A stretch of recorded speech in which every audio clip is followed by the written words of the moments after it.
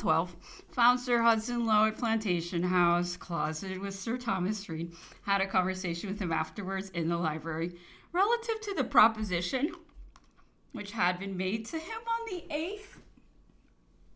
His Excellency, however, could not understand that the visiting of only such houses into which entrance had not been prohibited by him, and abstaining from entering all which were marked as objectionable, and a list made by himself was in the end precisely the same as the mode which he had suggested of only visiting certain houses that were specifically named in a list. He said, with considerable ill humor, that General Bonaparte had some design in it, and that he would not grant his consent. I observed that it was rather unfortunate that he had desired me to make any proposition on the subject, as it might afford a foundation for another charge of shuffling. His Excellency replied by desiring me to tell General Bonaparte, as he had done on former occasions, that he might consider himself very fortunate in having so good a man to deal with. Mrs. and Mrs. Balcombe arrived at Longwood. I dined with Napoleon in company with them. He was extremely lively and chatty and displayed fun of causerie conversation, rarely to be met with. He instructed Miss Eliza how to play billiards. In the evening, Napoleon directed me for the future not to bring him any more communications or propositions from Sir Hudson Lowe without having first asked the latter what the result would be, provided he, Napoleon, agreed to them. C'est un menteur, said he, un homme d'insinuation comme le petit tyran d'Italie, qui n'a rien d'anglais et qui a rage de tourmenter et de tracasser les gens. He's a liar and a man of intrigue, like the little tyrants of Italy. He has English in him. He has a rage for tormenting and perplexing others. Application made on the 10th to Sir Hudson Lowe allowed Cipriani to go down into the valley, guarded by a soldier, in order to purchase sheep and vegetables from the farmers, as the meat sent by the government was not eatable. Refused by Sir Hudson Lowe the daily allowance of meat, vegetables, wines, being carted up in the sun to Longwood. Many of the articles are rendered unfit for use on the road. 14th, breakfasted with Napoleon, with whom I had a conversation about Russia. If Paul had lived, said he, there would have been a peace with England in a short time, as you would not have been long able to contend with the United Northern Powers. I wrote to Paul to continue building ships and to endeavor to unite the North against you, not to hazard any battles, as the English would gain them, but allow you to exhaust yourselves and by all means to get a large fleet into the Mediterranean. Some conversation then took place relative to the manner in which the British ministers had treated him, which he asserted to be much worse than that which had been practiced towards Queen Mary. Mary said he was better treated, she was permitted to write to whom she pleased, and she was confined in England, which of itself was everything. It appears that she was persecuted more on account of her religion by the Puritans than from any other cause. I observed that Mary was accused of having been an accomplice in the murder of her husband. He replied, of that there's not the smallest doubt. She even married his murderer afterwards. Blank employs the murderers of his father. One of them, Blank, is now his aide-de-camp. I must, however, do him the justice to say that at tea he observed to me that I paid a great deal of attention to B and begged to know my reasons for it. I answered because he's your general. Cependant, said, c'est un vilain coquin, c'est lui qui assassiné mon père. Nevertheless, he's a vile scoundrel. It was he who assassinated my father. And policy alone has obliges me to employ him, although I wish him dead, and in a short time will send him about his business. Alexander, the King of Prussia, continued he, dined with me every day, and in order to pay a compliment to Blank, I had intended on the day that this conversation took place to have as to be to dinner, as to be the commander-in-chief of his army. This displeased Blank, who, though he asked to be eaten at his own table, did not wish me to do so, because it would have raised him so high in the eyes of the Russians. Paul, continued he, was murdered by B.O.P. and others. there was a Cossack in whom Paul had confidence stationed at his door. The conspirators came up and demanded entrance. P told him who he was and that he wanted to see the emperor upon immediate business. The faithful Cossack refused. The conspirators fell upon him and after desperate resistance cut him to pieces. Paul, who was in bed, hearing the noise, got out and endeavored to escape to the empress's apartments. Unluckily for himself, he and his suspicions a day or two before had ordered the door of communication be closed up. He went and concealed himself in a press. Meanwhile, the conspirators broke open the door and running to the bed perceived that there was nobody in it. "We are lost," they cried. "He has escaped." P, who had more presence of mind than the rest, went to bed and putting his hands under the bedclothes said, "The nest is warm. The bird cannot be far off." Then they began this search and finally dragged Paul out of his hiding place. They presented him a paper containing his abdication, which they wanted him to sign. He refused at first, but said that he would abdicate if they would release him. They then seized and knocked him down and tried to suffocate him. Paul made a desperate resistance, and fearful that assistance might arrive, B dispatched him by stamping his heel into his eyes and thus beating his brains out, while the others held him down. Paul, in his struggles for life, once got B's heel into his mouth and a bit a piece out of the skin of it. I asked him if he thought that Paul had been mad. "Latterly," said Napoleon, "I believe that he was.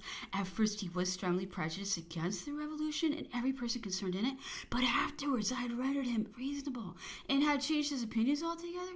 If Paul had lived, you would have lost India before now."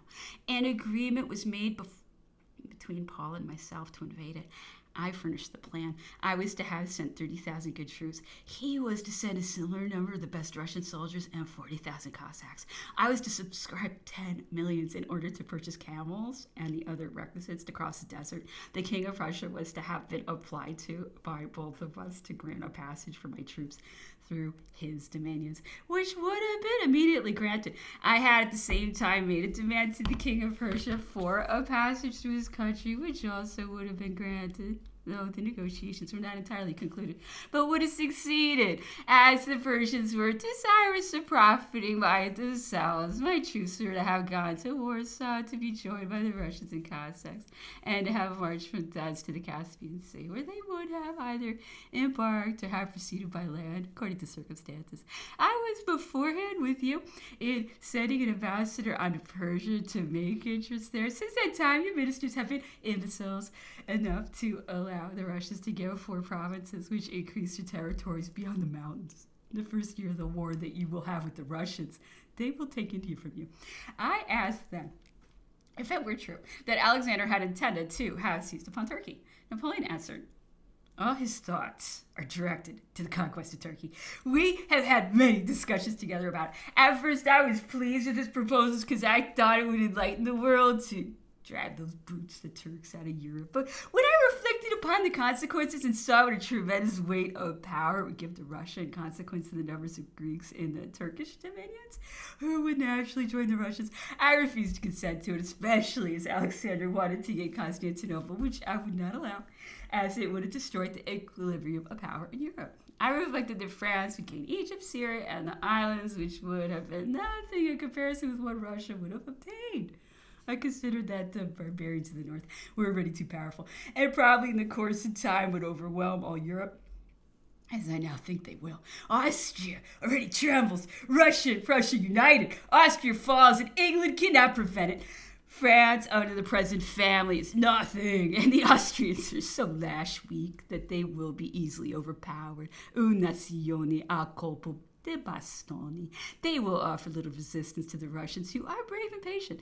Russia is the more formidable because she can never disarm. In Russia, once a soldier, always a soldier. Barbarians who, one may say, have no country, and to whom every country is better than the one which gave them birth.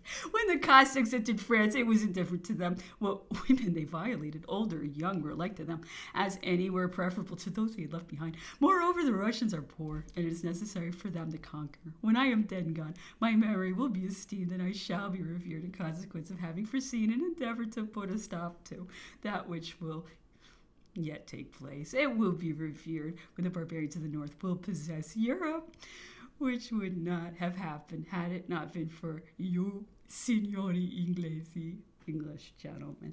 Napoleon expressed great anxiety relative to Count Montsalon, as the governor had made some insinuations that his removal was in contemplation. I should feel, continued he, the loss of Montsalon most sensibly, as independent of his attachment to me.